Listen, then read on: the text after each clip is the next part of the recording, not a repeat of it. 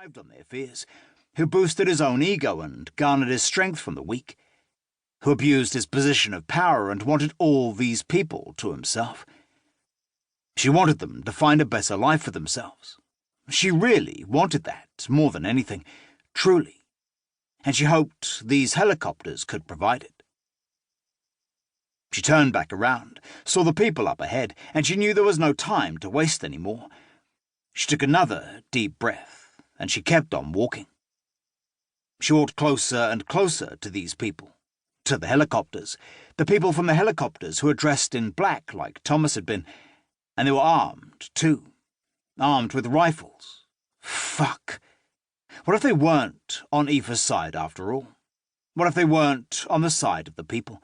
What if they were here for destruction? She gritted her teeth, heart racing. She didn't know what they were here for, and she didn't know what any of this meant. But there was only one way to find out. She kept walking until she was just meters away from them. One of the people from the helicopter lowered his rifle. He walked up to her, stopped right before her. His face was covered with a black mask. He didn't say anything, not at first, and as he stood there, rifle in hand, Aoife started to get cold feet. This wasn't right. Something was wrong, desperately wrong.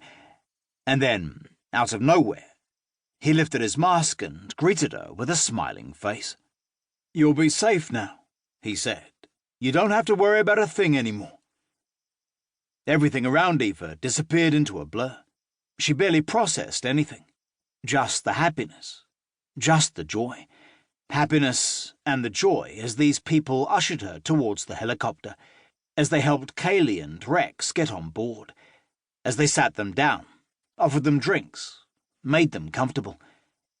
And Aoife could only watch through tear-filled eyes as more helicopters filled with more people. More and more people being helped. More and more people being taken away. More and more people being saved. "Aoife," Kaylee said. Aoife looked at her, and she saw a smile on her face. She saw the old Kaylee, her old friend, not the new, hardened, cynical woman she'd turned into. "Thank you," Kaylee said. "Thank you. For what? For making me remember there is hope." Aoife reached over, held Kaylee's hand, smiled as the helicopter rose, felt herself lifting higher. She looked outside at the darkness, at the ground below, getting further and further away, and as she sat there, looking down, holding Kaylee's hand, stroking Rex, she smiled. For the first time in a long, long time, she felt herself relax. She was going to be okay. Everything was going to be okay. This is where these stories usually end. Not this story. Chapter 2. Aoife knew her enemy was close. It was pitch black inside this dark, dusty room. There were scraps of old newspaper trailing across the creaky wooden floor. Outside, she swore she could hear a strong wind howling away, which made it sound like someone whispering all the time. The room reeked of damp, unlived in, a home once occupied by a family, 4 walls that would hold all kinds of stories, all sorts of history, 4 walls that were home to nothing but ghosts now. Memories. The windows were boarded up, but Aoife's flickering torch strapped to the top of her rifle made it easier to see. Every now and then, as she made her way through this room, towards the door at the other side, she swore she saw movement in the corner of her eyes. And it made sense. She knew the enemy was close, and she knew she had to be careful, because it was just as likely they were watching her.